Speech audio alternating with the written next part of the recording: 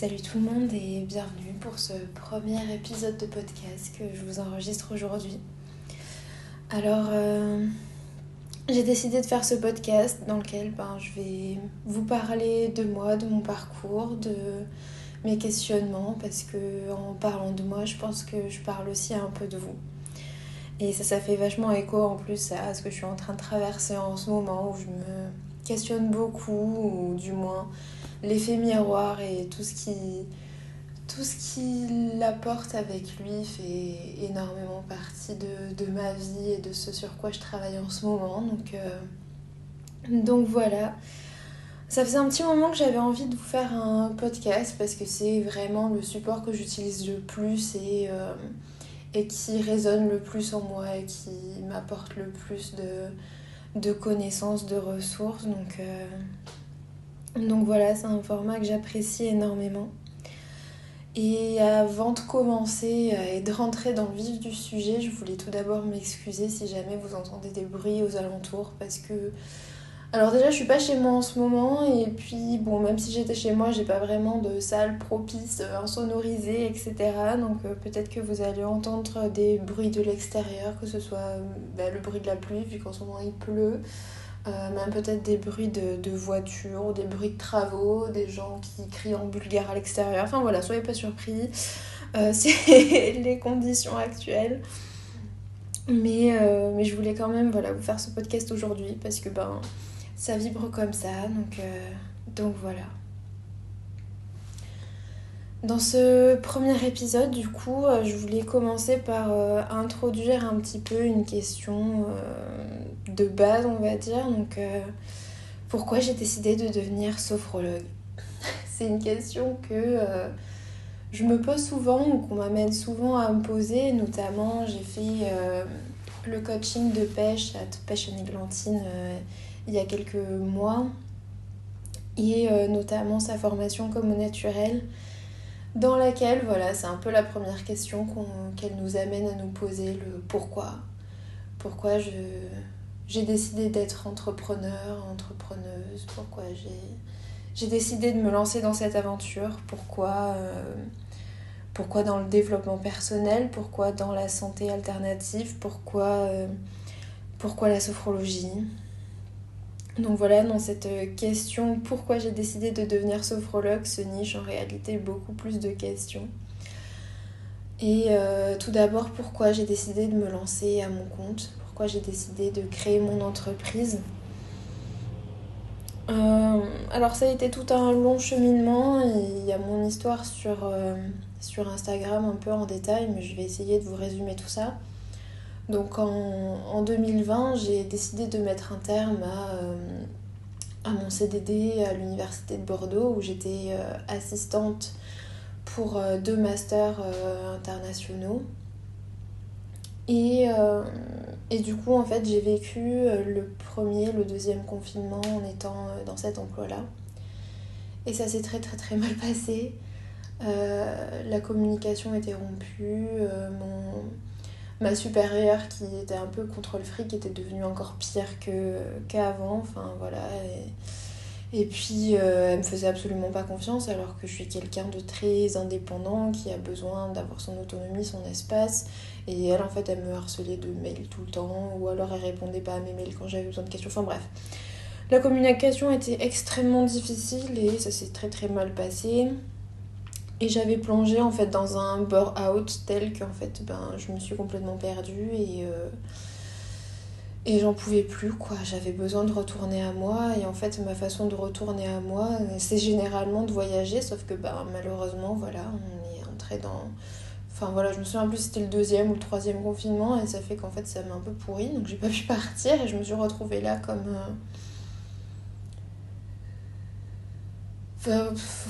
complètement perdue quoi.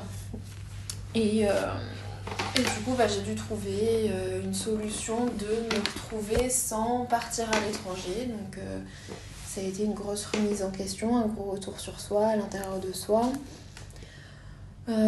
J'ai fait partie du programme Active Projet de Pôle Emploi qui n'a servi à rien hormis à me confirmer qu'en fait, je partais dans tous les sens et que j'avais plein d'idées. Et puis, à l'été 2020, Été 2021, j'ai fait le mini-programme de Post-ADEME qui m'a vachement aidée en fait. Juste poser quelques questions de base de ce que je voulais dans ma vie professionnelle et ce que je ne voulais plus, ce que j'aimais, ce pourquoi j'étais douée. En fait, ça m'a permis de déblayer vachement ce que je voulais pour le futur. Et, euh, et puis d'écouter aussi des témoignages d'entrepreneurs, notamment via le podcast de Postadem ou d'autres podcasts d'entrepreneurs. Bah, ça m'a vachement permis aussi de surmonter ma peur de l'entrepreneuriat et de la création d'entreprise, parce qu'on se fait souvent tout un monde par rapport à ça. On se dit que ben voilà, on va être tout seul et par où on commence, et etc. Enfin voilà, c'est quand même une aventure où on se retrouve tout seul là-dedans et ça peut faire peur au début. Et au final, d'écouter voilà, tous ces témoignages, ça m'a vachement rassurée et je me suis même retrouvée dans beaucoup de témoignages, dans beaucoup de ces personnes. Et ça a vachement résonné en moi, donc je me suis dit, ben vas-y. Et puis en plus, enfin, voilà, moi, une de mes valeurs hyper fortes, c'est celle de la liberté. Et donc être à son compte, c'est vrai que bah, pour moi, voilà, ça fait encore écho à cette possibilité de liberté, de pouvoir m'organiser comme je veux, de pouvoir respecter mon rythme naturel, parce que enfin voilà, tout le stress que notre société nous impose et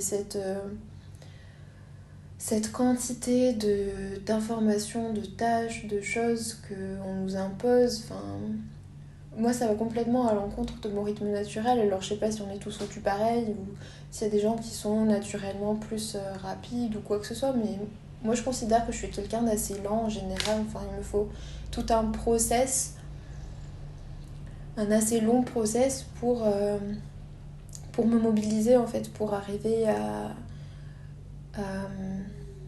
à bouger, à faire changer les choses, à évoluer, etc.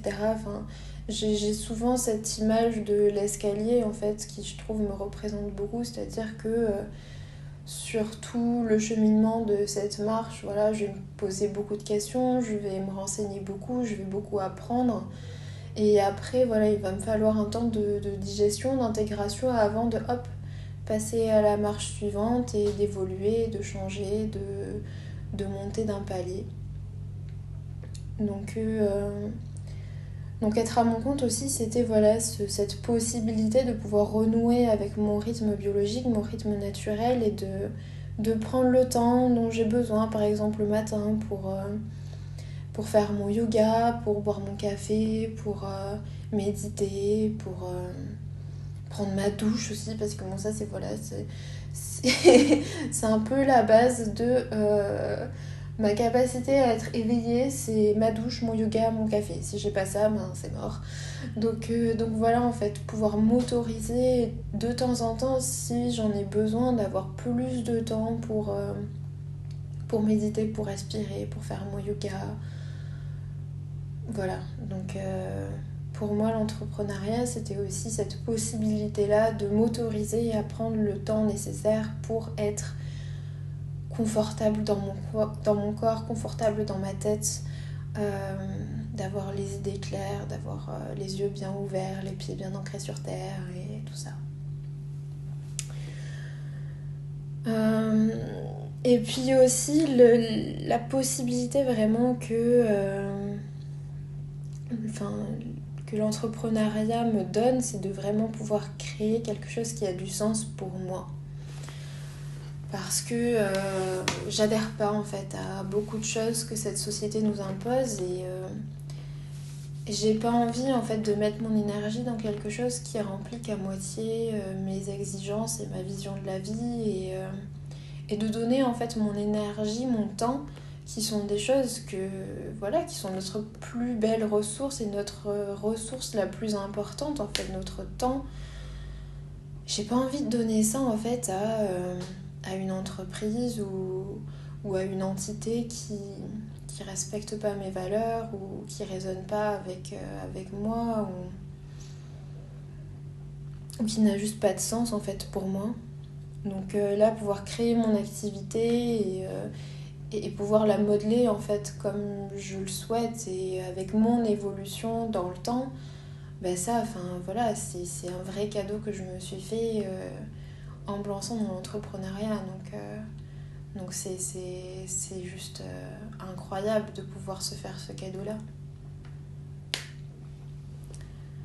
Ensuite, une deuxième partie, donc c'est pourquoi le bien-être, on va l'appeler comme ça, parce que sophrologue,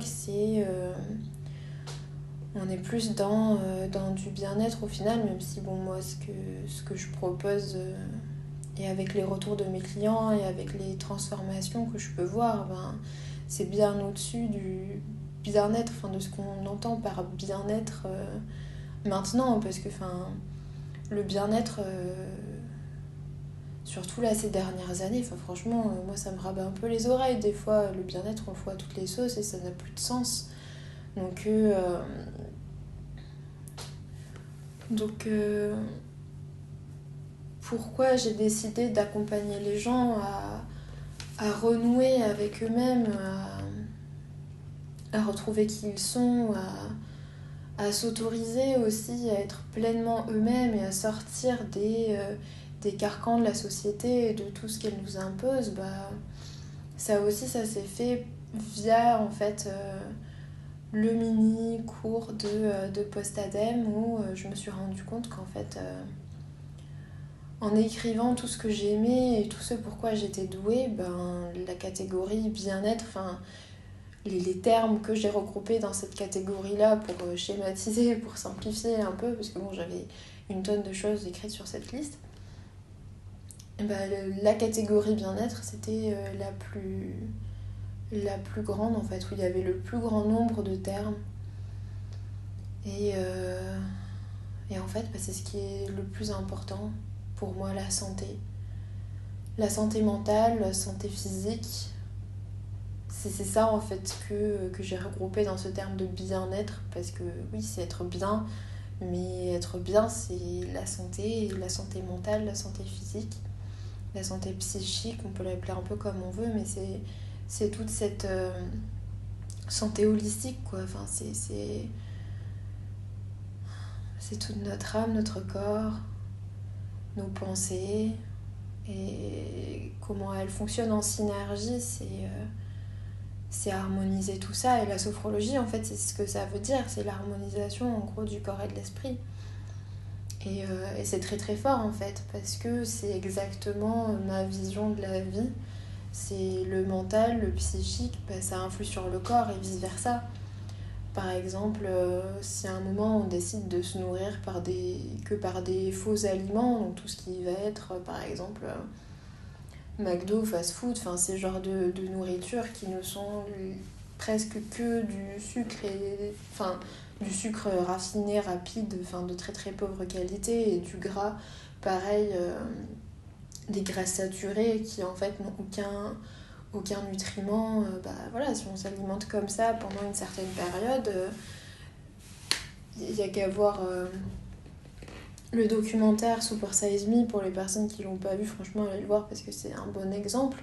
Si vous décidez de vous alimenter comme ça pendant quelques semaines, même plus, voilà, vous allez commencer à sentir des signes de dépression très très forts, espèce de fatigue constante, des maux en fait physiques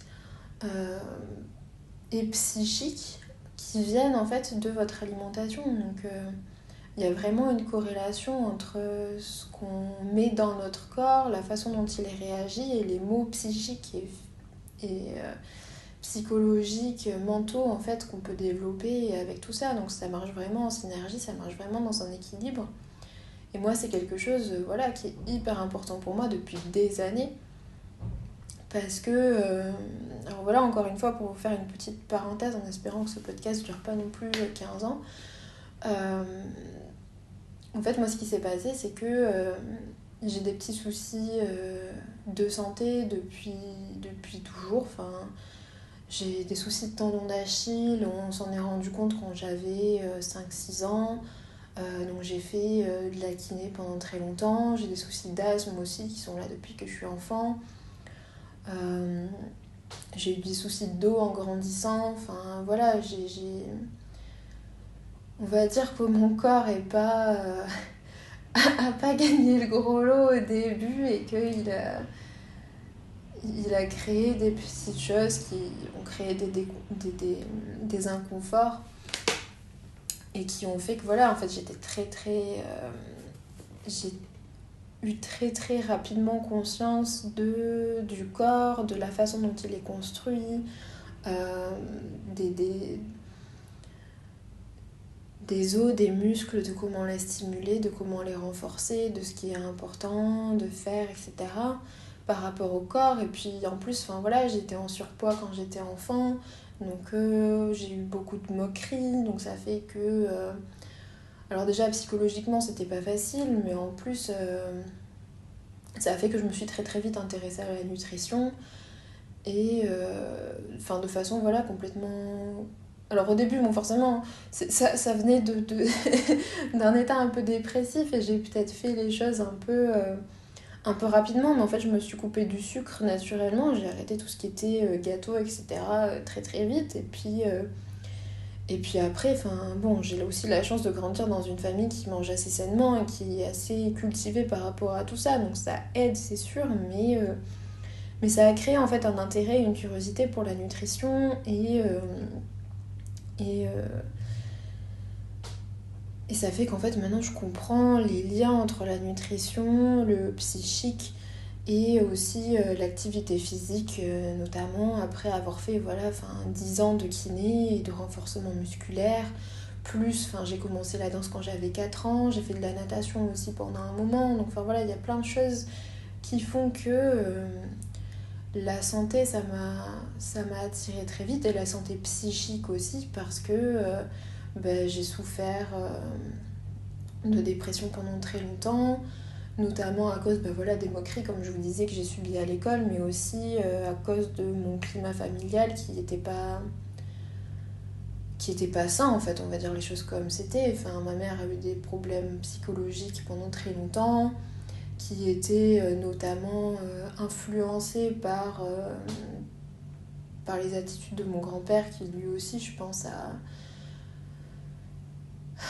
Enfin, comme tout le monde, hein, on a tous nos traumas par-ci par-là, mais enfin voilà.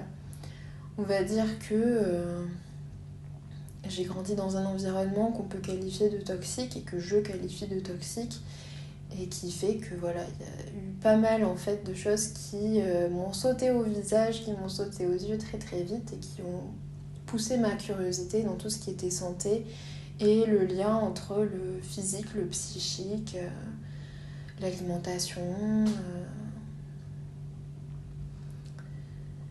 Et puis j'ai découvert le yoga il y a environ 5 ans.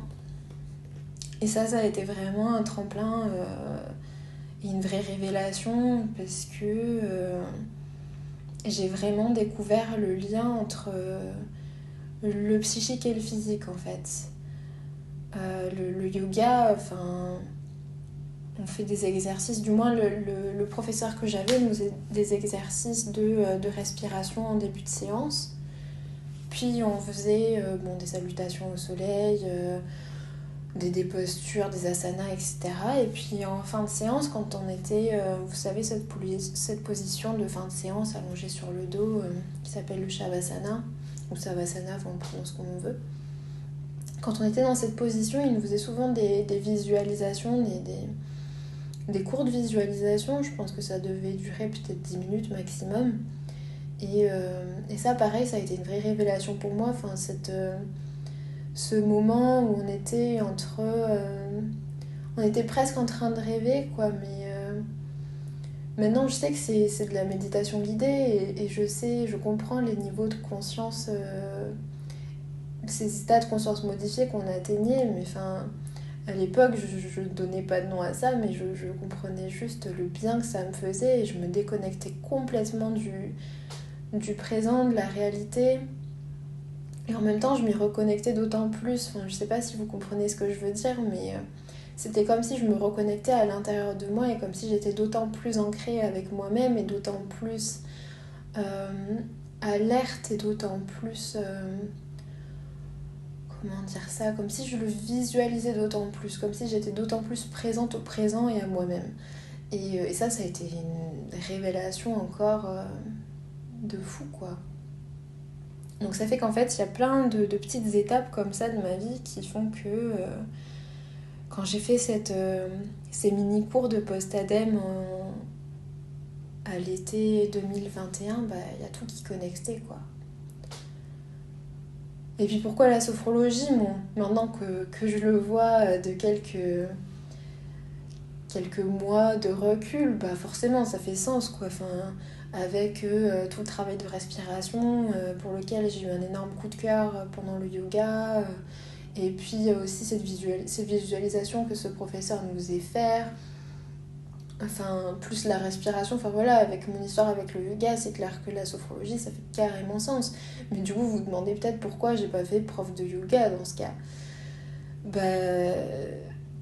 En fait, pourquoi la sophrologie, ça a été vraiment un chemin intellectuel, là, pour le coup, parce que j'étais très très attirée par la naturopathie aussi, avec mon histoire avec la nutrition, etc., comme vous pouvez vous en douter. Mais en fait, la sophrologie, c'est pour l'instant la seule profession thérapie du bien-être qui est reconnue, enfin vraiment avec une reconnaissance au niveau national. Et je me suis dit, pour commencer, je préférais avoir quelque chose qui est un peu reconnu. Enfin voilà, ça me rassurait, on va dire, au niveau psychologique, matériel. Enfin voilà, avec toutes les peurs en plus que la crise du Covid peuvent engendrer. Donc voilà, la sophrologie, c'était un peu la décision rationnelle. Et au final, je le regrette absolument pas. Mais c'est vrai que c'est venu d'un endroit assez intellectuel au début.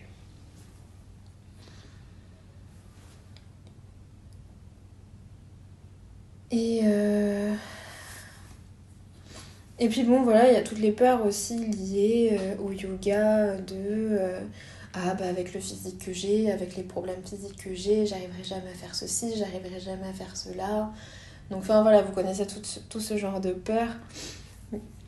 Euh, Mais peut-être que, enfin voilà, c'est encore dans ma tête, j'ai plusieurs idées de formation possibles et pourquoi pas prof de yoga un jour, vu que c'est un peu ce qui m'a sauvée au début, je crois. Mais pour revenir à la sophrologie, en faisant ma formation, en fait, j'ai eu plein de déclics. Et j'ai fait ma formation en août 2021. Et alors déjà, je me suis retrouvée dans un groupe mais formidable. J'ai eu une chance incroyable de faire partie de ce groupe de personnes bienveillantes et dans l'entraide. Enfin, vraiment, c'était juste incroyable. Et puis les formateurs que j'ai eu la chance d'avoir, franchement, d'avoir cette palette de différentes façons de pratiquer la sophrologie, c'était juste incroyable. Enfin, j'ai une chance folle d'avoir pu faire cette formation à ce moment-là avec ces personnes-là. Enfin, et puis découvrir l'histoire de la sophrologie, notamment justement que Caicedo, donc Alfonso Caicedo, qui est le créateur en fait de la sophrologie, était notamment parti en Inde et était tombé aussi amoureux en fait de certaines techniques du yoga, les avait incorporées dans la sophrologie. Enfin voilà, ça a fait beaucoup de sens pour moi de voir qu'il y avait quand même l'influence de l'Orient dans la sophrologie. Donc ça, c'était un peu les premiers cours. Et puis après on a commencé à pratiquer. Et puis les formateurs nous ont aussi montré en fait leur façon de pratiquer. Et ça a été une vraie révélation, quoi. Enfin, tout ce travail de respiration, c'est vraiment quelque chose qui a beaucoup de sens. Alors voilà, je vous disais un peu plus tôt que j'avais fait de la natation, mais j'ai aussi fait beaucoup de chant. Et la respiration, enfin, ça a carrément du sens pour moi, quoi. C'est le flux vital, quoi. Enfin, si on respire pas, on vit pas. Donc la respiration, c'est dingue. Et là, j'ai découvert les différentes façons de respirer et les différentes significations pour notre système. C'est dingue, quoi. La respiration, c'est vraiment une ressource de fou. Et d'ailleurs, voilà, j'écoute pas mal de podcasts ou quoi de Chloé Bloom, et elle est justement spécialisée dans le breathwork, et j'aimerais trop en fait faire aussi des formations dans le breathwork et découvrir un peu plus ces techniques-là, parce que voilà, avec ma formation de sophrologie, avec la façon dont je la pratique, je deviens de plus en plus amoureuse des techniques de respiration et de tout ce que ça peut apporter, déclencher, c'est dingue. Donc voilà, j'ai découvert la respiration via les exercices, et puis aussi j'ai approfondi en fait mes connaissances dans tout ce qu'on peut appeler visualisation, méditation guidée, parce que grâce justement encore une fois à ce professeur de yoga, j'avais déjà eu des expériences qui se rapprochent un petit peu de ce qu'on peut faire en sophrologie, où on est guidé dans une visualisation et où on va expérimenter des choses dans cette visualisation. Et ça se rapproche un petit peu de ce qu'on fait en sophrologie, bien que ce soit plus proche en fait de l'hypnose au final, parce qu'on rentre dans des niveaux de conscience qui sont un peu plus poussés que la méditation guidée. Et on peut travailler d'autant plus en profondeur. Et franchement, j'ai eu notamment une expérience de visualisation pendant ma formation. Une des formatrices nous en a fait une, et ça a été un gros déclencheur aussi par rapport à ma spiritualité que j'ai laissée de côté pendant des années. Et là, voilà, ça m'a permis de découvrir les guides spirituels et puis après les vies parallèles. Je vous en reparlerai certainement dans un autre podcast, je vais peut-être pas m'étaler là. On va essayer de rester dans la sophrologie et dans mon amour pour cette pratique. Mais voilà, avec ma formation, je me suis vraiment rendu compte des différentes techniques qu'on utilisait et de tout ce que ça pouvait enclencher après, de tous les bienfaits que ça pouvait faire. Et puis en pratiquant aussi avec mes clientes, je me suis rendu compte de l'impact que ça pouvait avoir et de façon très rapide, parce qu'aussi ce qui m'intéressait dans la sophrologie, c'est que ça fasse partie des thérapies brèves. Donc en fait c'est pas comme certains suivis psychologiques qu'on peut avoir pendant des mois voire des années, même si des années je trouve que c'est un peu poussé des fois, mais peut-être que des personnes en ont besoin. J'avoue que je connais pas suffisamment pour me prononcer là-dessus. Mais du moins, voilà, la sophrologie, c'est maximum 12 séances, quoi. Donc 12 séances, ça coûte une séance par semaine. En 3 mois, en théorie, la personne, elle a fait un chemin de ouf. Et voilà, quoi, avec mes clientes, je m'en rends compte que des fois, mais en 2-3 séances, il y a un changement, mais de dingue. Et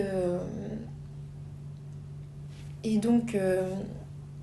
ce que j'adore aussi dans la sophrologie, c'est qu'on peut vraiment l'adapter à soi, à ses clients, et en faire en fait ce qu'on veut. Là, moi par exemple, comme je vous disais, j'ai renoué avec ma spiritualité et j'ai besoin en fait de mettre une teinte de spirituel dans ma pratique, parce que sinon ça me ressemblerait pas. Et pour moi tout est connecté, encore une fois, donc le spirituel, le corps, le mental, tout est connecté et on a besoin de travailler sur tous ces niveaux pour arriver à se réharmoniser soi, en fait, toutes les facettes de soi. Et donc là, la sophrologie, ça permet vraiment ça, quoi. Je peux vraiment parler de ce genre de choses avec mes clientes et les guider à travers ce cheminement-là, et c'est juste... encore une fois, c'est un cadeau incroyable, quoi.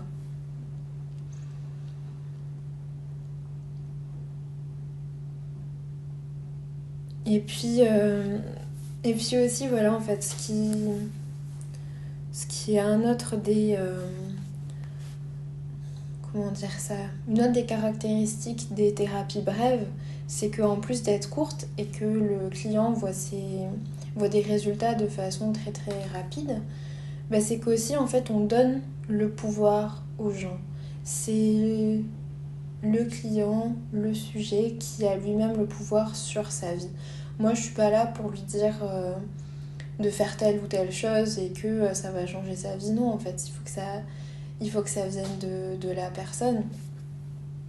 Et, euh, et si la personne, elle n'a pas envie de changer telle ou telle chose, elle le fera pas, ou alors elle le fera, mais ça aura aucun impact, parce qu'en fait, ça viendra de l'intellect et ça viendra pas du cœur, des tripes et de tous les autres niveaux qu'on a. Et en fait, si on fait pas travailler tout en harmonie, ça fonctionne pas, il y a toujours un blocage à un moment, et ça sert à rien.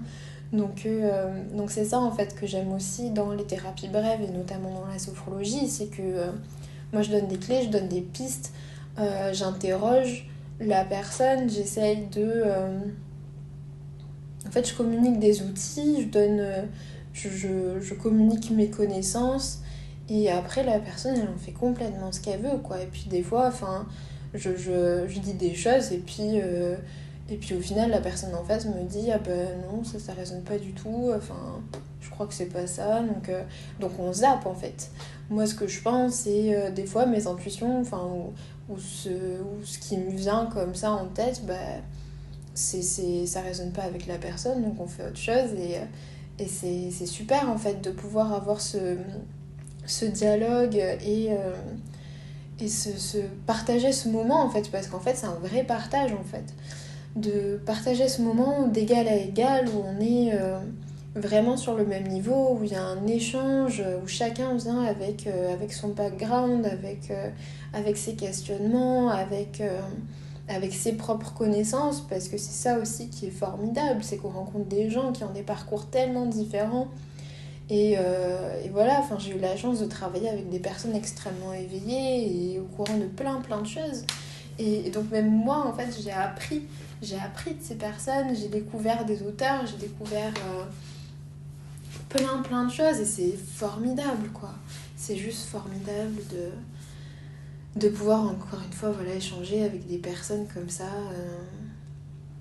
Et j'ai une immense gratitude chaque jour de pouvoir être là où j'en suis, de pouvoir exercer le métier que j'exerce et de pouvoir rencontrer des personnes aussi formidables que celles que j'ai pu rencontrer depuis ma formation, en fait, depuis août 2021. Donc ça fait quoi? Ça fait 5 mois, je crois.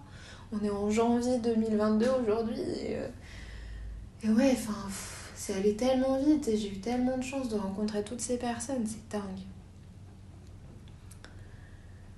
Donc voilà, ça fait partie des raisons pour lesquelles j'ai choisi la sophrologie et pour lesquelles je m'émerveille chaque jour de ce métier, à chaque fois que je le pratique, à chaque fois que j'ai une séance. Voilà, en fait, je me fais un cadeau à moi-même en plus et mes clientes, en fait, se font un cadeau à elles-mêmes. Et c'est juste, voilà, c'est juste ça. C'est un moment de partage, un moment de gratitude infinie, quoi. Et voilà, encore une fois, je suis tellement heureuse de faire ce métier et de vivre cette vie. C'est juste fou. Et le dernier point, en fait, duquel je voulais parler, de pourquoi j'ai choisi la sophrologie, pourquoi j'ai choisi l'entrepreneuriat. Et en fait, là, ce serait plus la question de pourquoi j'ai choisi le format dans lequel j'exerce, qui est en fait, je donne des séances en ligne. Je fais pas présentiel pour l'instant.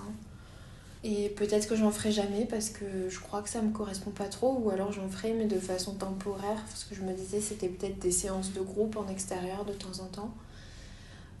Mais pour l'instant, voilà, je fais que des séances en ligne. Et pourquoi je fais ça? C'est parce qu'en fait, encore une fois, ma valeur principale, je pense, c'est la liberté.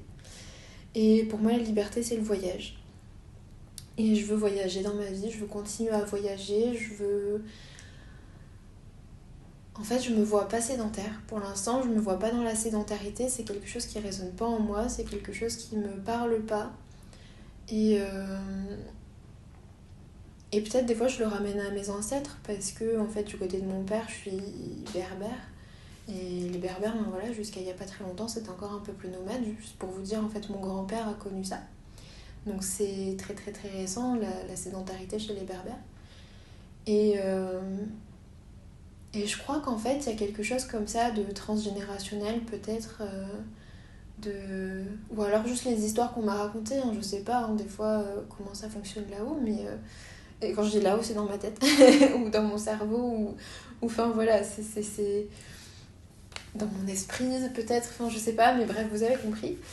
Euh, je sais pas trop comment ça fonctionne, mais en tout cas, voilà, enfin, j'ai commencé à voyager seule quand j'avais 21 ans et je me vois pas arrêter en fait.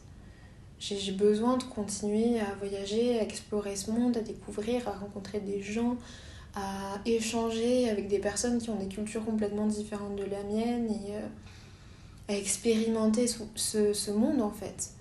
Parce que ouais, pour l'instant, je me vois pas vivre autrement en fait. Et ça vient vraiment de mes tripes quoi.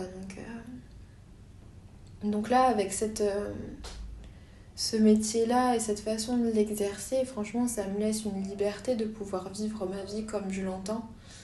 De pouvoir expérimenter ce que je veux expérimenter dans la matière et pour ça, encore une fois, j'en suis extrêmement reconnaissante et voilà, j'ai eu beaucoup de chance d'être là aujourd'hui, d'être incarnée dans ce corps, dans ce monde et voilà, petit instant de gratitude de fin de podcast, même s'il y en a eu je sais pas trop combien dans les 36 minutes que pour l'instant il fait. Donc voilà, en tout cas je vous remercie d'avoir écouté ce podcast jusqu'au bout. Il y en aura d'autres, je sais pas trop à quelle fréquence je les posterai, mais il y en aura d'autres. N'hésitez pas à me dire peut-être, enfin voilà, déjà ce que vous avez pensé de ce premier épisode et ce que vous voudriez entendre potentiellement à ce micro. Quel sujet vous voudriez que j'aborde, si vous faites partie de ma communauté, est-ce que vous avez des questions par rapport à moi, enfin, par rapport à n'importe quoi en fait. N'hésitez pas voilà, à me donner vos retours, quels qu'ils soient. Et puis, si vous voulez venir échanger avec moi sur Instagram, il n'y a pas de souci. Puis, encore une fois, merci beaucoup d'être là, merci beaucoup de me soutenir. Et puis je vous dis à très vite. Bonne journée et prenez soin de vous.